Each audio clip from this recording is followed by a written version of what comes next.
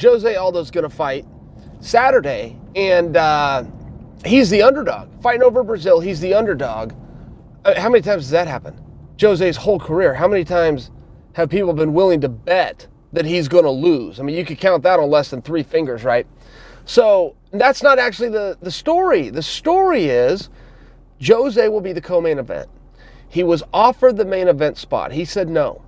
The reason he said no, even though he wants to fight here, he wants to fight, likes everything about it, he goes, I don't want to fight 5 rounds. Why would I fight 5 rounds? There's no championship on the line. This isn't a contenders fight.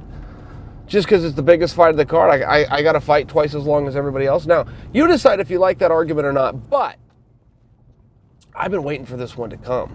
I've been waiting for this one. I think 2011 is when we switched over to all main events, regardless if they were title fights. To remind me of this time frame, every main event was always for the belt.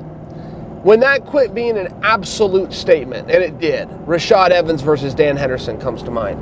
You had these really good and these really big fights, but they weren't title fights. Rashad Evans, Rampage Jackson comes to mind.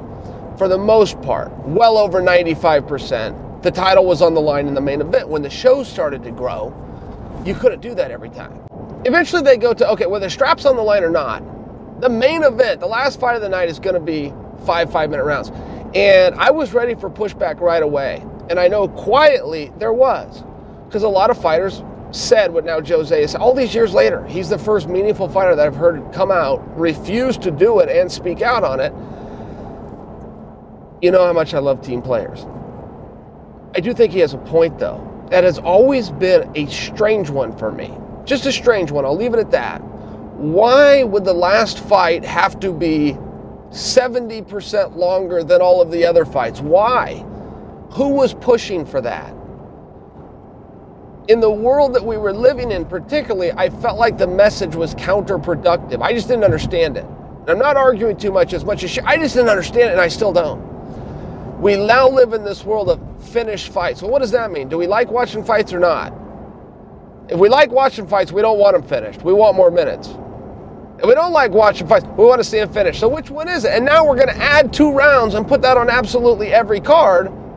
Also, with almost an underlying threat, if you will, hey, this better not go the distance. Well, why make the distance so far? Why make it so long? It's literally what killed boxing.